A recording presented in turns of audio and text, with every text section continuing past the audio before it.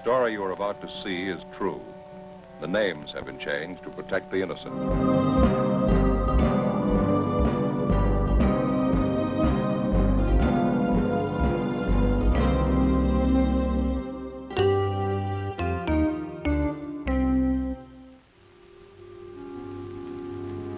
This is the city.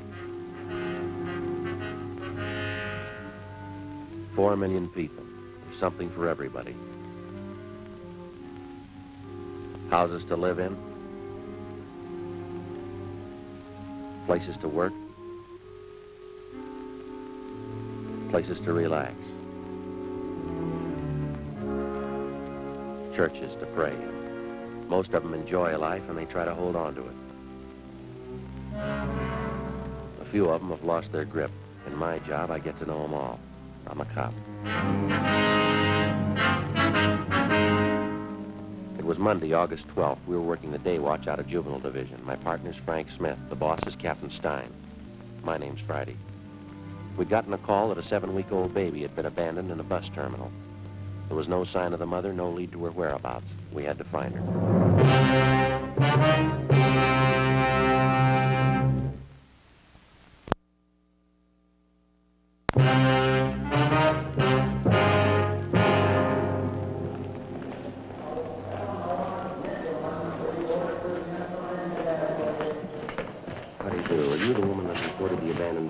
Yes, that's right. Police officers, ma'am. My name's Friday. This is my partner, Frank Smith, Juvenile Division. What was your name, ma'am? Mrs. Lewis. I'm certainly glad you're here. I've been waiting around this depot for hours. I don't know what to do. That's a good baby. Why don't you go to sleep now? Go on. Close your eyes and go to sleep. Poor little thing, it's a shame. Yes, ma'am. The report we got didn't go into details. Some woman left the baby with you, is that it? Yes, as soon as we got off the bus this morning. She said she'd only be gone a few minutes. It's been hours. I don't know what to do. Did you know the woman, Ms. Lewis? Her name's Dorothy Miller. She's from Arizona, Tucson. We got off the bus, and she asked me if I'd hold her baby while she went to get her luggage. She said she'd meet me right there by the information desk. I've been waiting ever since. She hasn't come back. I don't know what to think. How well did you know this Dorothy Miller, ma'am? Well, not too well, but she seemed like such a nice girl, friendly, very sociable. We sat together all the way in. Mm-hmm. You got on the bus with her at Tucson, is that it? Oh, no. I'm from Cincinnati. I got on a bus there and then went down to Dallas. I had a visit with an aunt of mine down there. Oh, I see. I got another bus in Dallas to come out here. Went along the southern route. Very nice. The same bus I came in on this morning. I'm out here to meet my husband, Army man. He's coming in on a transport from overseas. He's coming in tomorrow. Mm-hmm. Now, you say this Dorothy Miller boarded the bus at Tucson with the baby. She rode all the way into Los Angeles with you, is that right? Yes, right into this depot. She sat in the seat next to mine. We struck up a conversation, got to be quite good friends. Such a cute baby, I just can't imagine. Now, how about her description, Ms. Lewis? Anything unusual there? No, I wouldn't say so. A small girl, 5'3" or 4", I'd say, 110 or 15 pounds. Red hair, shoulder length, dark eyes, nice complexion, very pretty eyes. About how old would you say? 20. That's what she told me, anyway. She said she had a birthday in May. I remember we talked about that. She was born under the same sign I was, Taurus the Bull. Mm-hmm. But in all the talk she had with the Miller girl, she never gave you any reason to think that anything was wrong with her. She didn't seem to be despondent or depressed about it. Perfectly normal girl, as far as I could tell. I just can't get over it. I can't imagine her doing anything like this. You checked around the depot, did you? You had her paged? I talked to everyone in the place. The porters, ticket clerks, information desk, traveler's aid. Not one of them could help. I tried everybody. It's all right. We'll find your mother. You try and sleep. Sleep soon. Wonderful. It's just adorable. It's a little boy. She said his name's Stephen. Yes, ma'am. Her own baby, so small and helpless. How could she go off and leave him? Well, I guess she had a reason. It must have been important. A 7-week-old baby, your own? What's more important than that?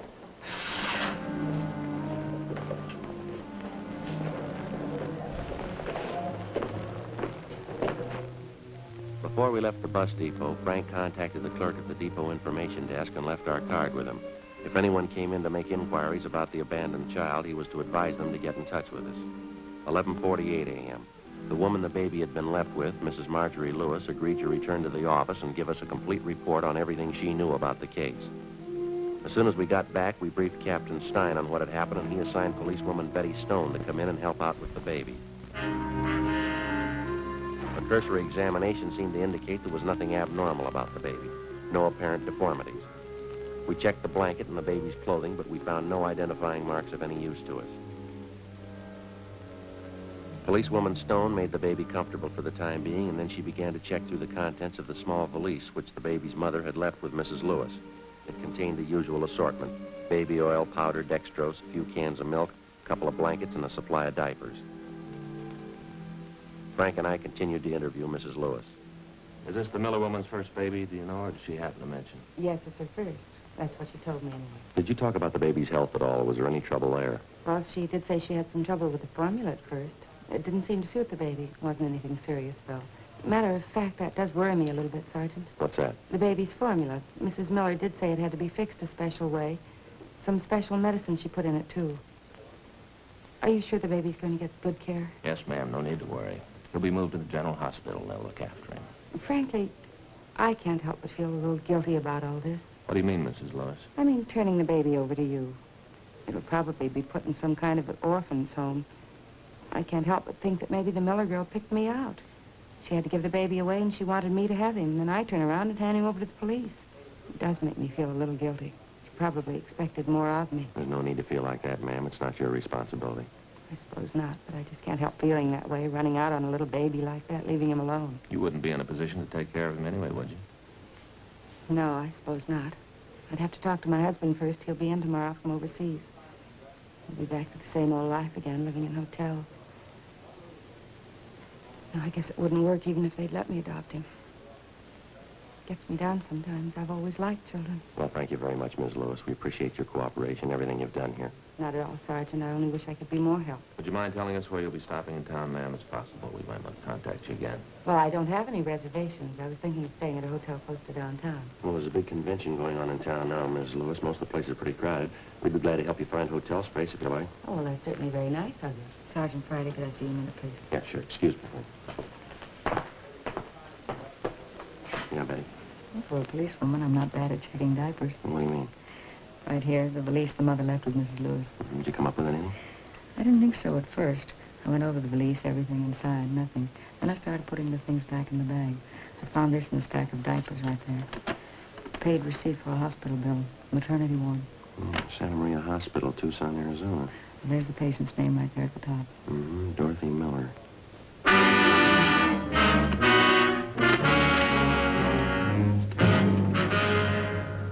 12:30 p.m. A local broadcast and an APB were gotten out on Dorothy Miller. Then we sent a communication to the Tucson Police Department laying out the story for them and asking them to check with the Santa Maria Hospital there for a possible lead on the missing mother. Meantime, the baby was removed to the general hospital. We found accommodations for Mrs. Lewis in a downtown hotel. We dropped her off there, and then we drove back to the bus depot on 6th Street. We tried to locate the driver of the bus on which the Miller woman and her baby had arrived that morning. We were told he was off duty and that he wouldn't report back in until 8 o'clock the following morning. We left our card along with a message for the driver, asking him to contact us as soon as he returned. For the rest of the afternoon, Frank and I, along with 2 other men from Juvenile Division, checked with all the bus depot personnel, but we were unable to turn up any kind of a lead. After that, we started making the rounds of the hotels, bars, restaurants, and taxicab stands in the neighborhood. The same results, nothing. 7:55 a.m. the following morning, I reported back in for work.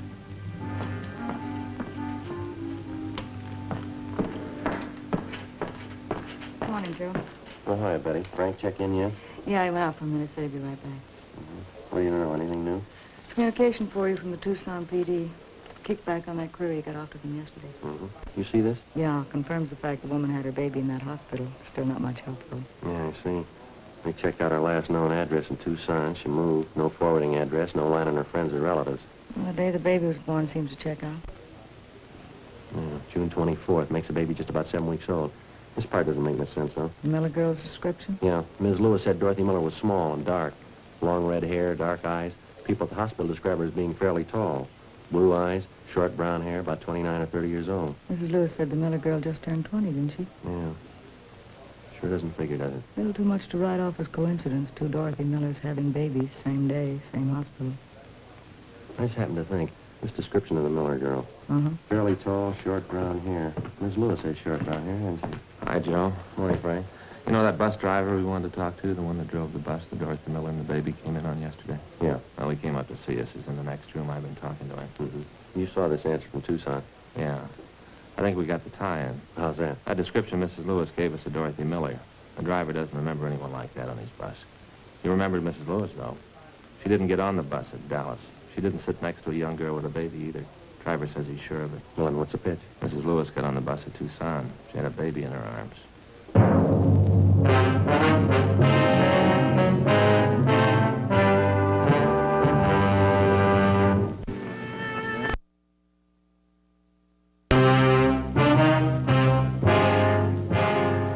8:35 a.m. Frank Smith and I continued to interview the bus driver, the same man who'd been driving the bus on which Mrs. Lewis and the abandoned baby and his mother supposedly had arrived in Los Angeles the day before. The more we talked to the driver, the more he convinced us that the story we'd gotten from Mrs. Marjorie Lewis was a long way from the truth. He repeated that he was absolutely sure that Mrs. Lewis did not get on the bus at Dallas, that she boarded the bus at Tucson, and at the time she got on, she was holding a baby in her arms. He was just as positive that Mrs. Lewis held the baby in her arms all the way into Los Angeles, and that she did not sit next to a young red-haired girl, but an elderly woman. He also told us that none of his passengers on that particular trip fitted the description of Dorothy Miller as given us by Mrs. Lewis. 8:50 a.m. Before the bus driver left, we got his address and a phone number where we could get in touch with him if necessary. 9:05 a.m. Frank and I got in the car, drove to the downtown hotel where Mrs. Lewis was staying. She told us that her husband, Army Captain Walter Lewis, had arrived in from overseas earlier that morning and checked in at the hotel, that he was downstairs in the hotel barber shop. That's quite a parade they're having down there. Yes, ma'am. How's the baby? Are they taking care of him? Is he all right? Yes, ma'am. We checked with the hospital. He's doing fine. Oh, I'm glad. And the Miller girl, Dorothy Miller, did you find out anything? We haven't been able to locate her. No trace of her at all. That's why we're here, Mrs. Lewis. There are a few things we'd like to have you straighten out for us. Well, I'll be glad to do anything I can to help. I think I already told you everything I know about the girl. We'll be honest with you, Ms. Lewis. We don't think you're telling us the truth. What? I don't understand. We talked to the man who was driving the bus she came in on yesterday, the same bus you say Dorothy Miller and her baby were on. Yes, that's right. Well, the bus driver couldn't remember the Miller girl, told us none of his passengers even came close to her description. Well, there were quite a few people on the bus. I guess you can't blame him for not remembering her. He remembered you, Mrs. Lewis. You were sitting near the front of the bus. He doesn't remember anyone with a baby sitting next to you, though. I guess he made a mistake. He can't remember everything. He said you were holding the baby. I don't understand this. What is it you're trying to find out? When we talked to you yesterday, you told us that you got on the bus at Dallas, isn't that right? Yes, what would that have to do with it? Well, the bus driver says you got on at Tucson. He seemed to remember it pretty well. Says when you got on the bus, you were holding a baby in your arms. Oh, that's silly. He's wrong. He must have me confused with somebody else. I don't see how, ma'am. He says you were the only woman on the bus with a baby. What's the point of this, Sergeant? I don't understand any of this. Well, now, frankly, Ms. Lewis, neither do we. I don't know why you're lying to us about this, but apparently you are. You're wrong. I'm not lying. It happened just the way I told you. The girl gave me the baby to hold, and then she disappeared. There's no reason for me to lie about that. We found a receipt for a hospital bill in that valise with the baby's things in it. The receipt was made out to Dorothy Miller. Well, that proves it, doesn't it? She was on the bus with me, and her baby was with her. Check was made with the hospital at Tucson. They remembered the name Dorothy Miller. She gave birth to a baby boy about 7 weeks ago. She wasn't the same girl you described to us. Description wasn't even close. Then it must be a mistake. I guess somebody made a mistake. I can't understand any of this. They sent us back a description of the Dorothy Miller who stayed at the hospital. Fairly tall woman, short brown hair, about 29 or 30. Yes? Description fits you, Mrs. Lewis. Fits almost perfectly. It's wrong. It has to be wrong. The whole thing's a mistake. No, I don't think so, ma'am. Why don't you tell me? What do you think? Tell me, please. Well, there is no Dorothy Miller. There never was. There's no such person. That's what you really think. I invented it? I made it all up? Did you?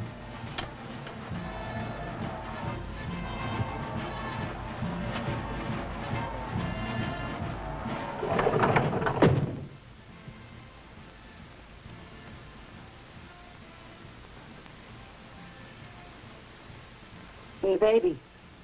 What about him? If there's no Dorothy Miller, what about the baby? I don't know. You want to tell us? Ms. Lewis?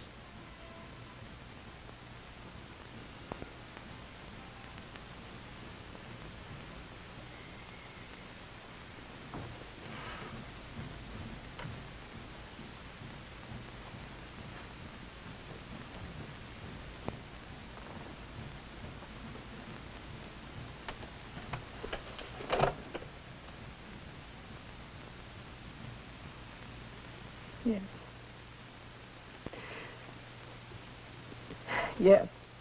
Mrs. Lewis, anything we can do? Thank you, I'm all right. I suppose I knew it would happen sometime. I tried not to think about it. Yeah? I knew you'd found out. That's why you asked if my husband was with me, isn't it? You didn't want to embarrass me. We wanted to give you a chance to tell your side of the story. We thought maybe you wanted to keep it from your husband. Oh, it doesn't matter. I'll tell him. He'll be back in a few minutes. He can do anything he wants, and I won't blame him. He'll pack his bag and walk out and leave, and I won't blame him. Nobody will blame him. You want to tell us about it? I think you know. It's my baby. My own baby, and I couldn't keep him. There wasn't anything else to do. Nothing. My own baby.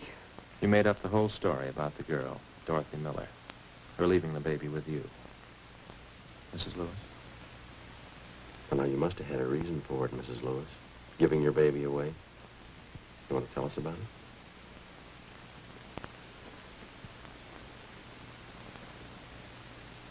It won't make any difference. It's done. It's all done. It's my husband I'm thinking about. Walter. I'm going to have to hurt him, and I don't want to hurt him. I don't know how I'm going to tell him. Tell him what, ma'am? I love him, Sergeant. I tried to explain. I didn't want to be alone. Having him away all the time, I knew there was going to be trouble. I knew it. I didn't want to be alone, and he didn't understand. He only said I was fooling. Yes, ma'am. He left for overseas in October, almost 2 years ago. I went down to Wilmington. I saw him leave on the boat. I stood there and watched him go.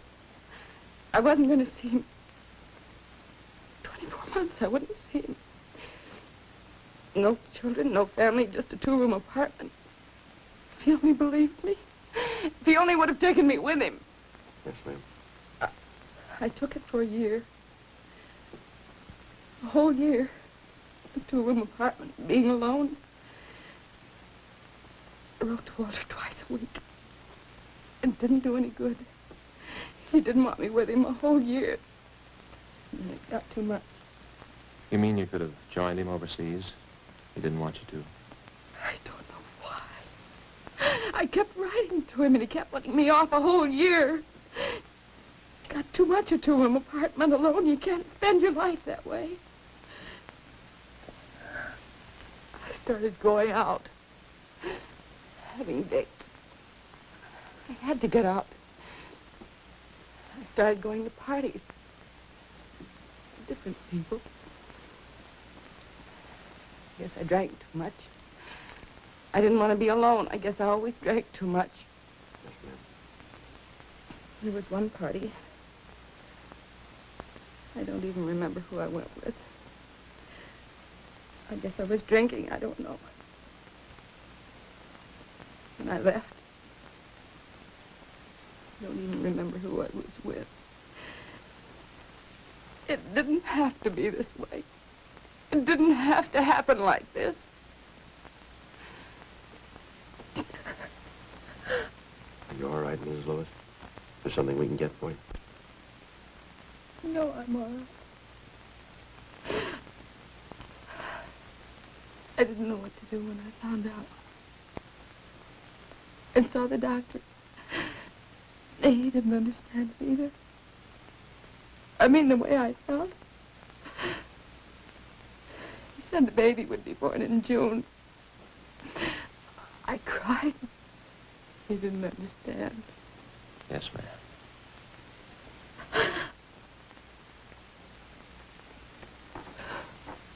When the time came, I went to Tucson, Arizona. They had my baby. At least I wasn't alone. I used a different name at the hospital. Dorothy Miller. Maybe it wasn't Walter's baby. But it was mine. It was mine.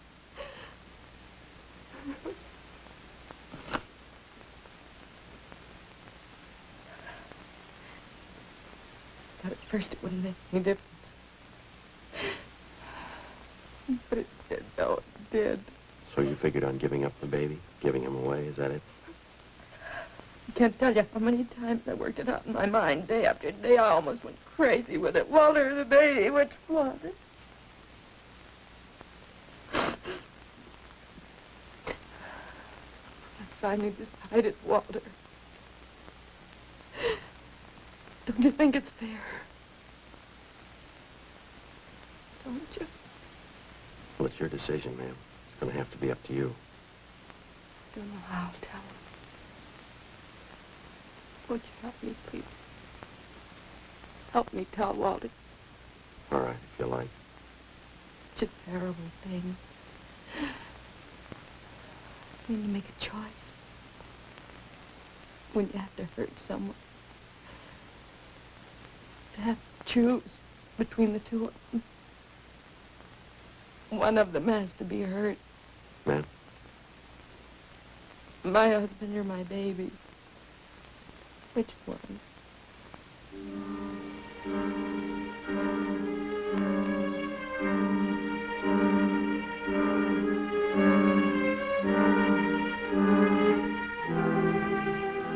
"10:38 a.m.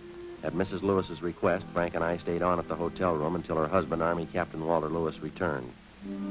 He was a tall man in his late 30s, dark eyes, tan complexion. Mrs. Lewis was waiting in the adjoining room. It wasn't easy, but as best we could, Frank and I briefed the husband on what had happened. His first reaction was fairly normal. He took it pretty hard. We kept on talking to him. After a while, he calmed down. We laid out the whole story for him again. Are you sure it was my wife? Yes, sir.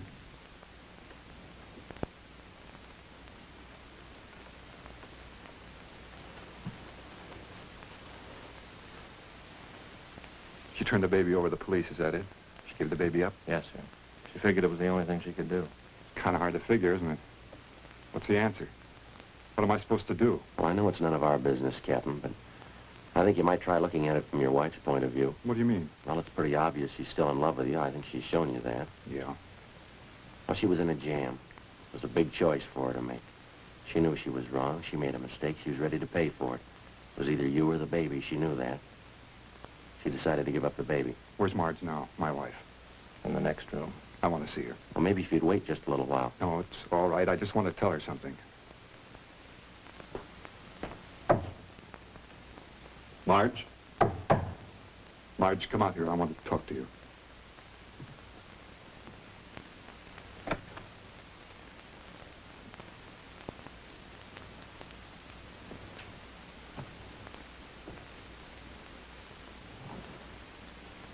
What can I say, Walter?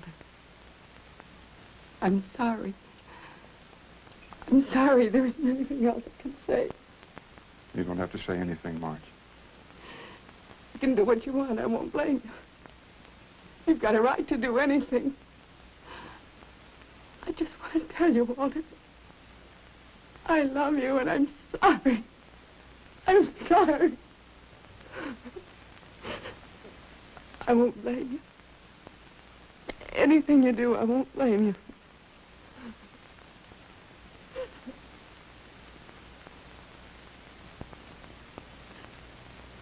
It's going to be all right. Nothing to cry about here. Everything will be all right.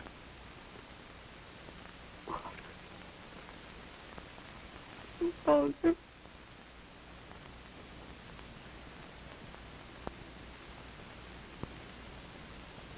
Try and take it easy, dear. It was a mistake. I made my share. It'll all work out.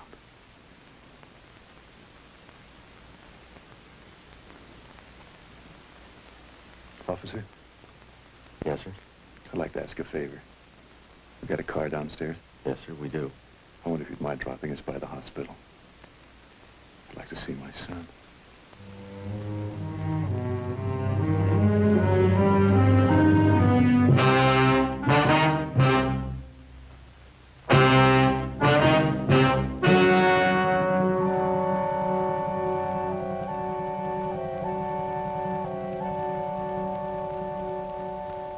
On August 15th, a meeting was held in the District Attorney's Office, City and County of Los Angeles, State of California.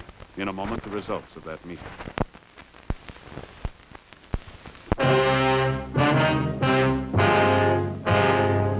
In the interests of justice, it was decided that no criminal complaint be filed against the suspect.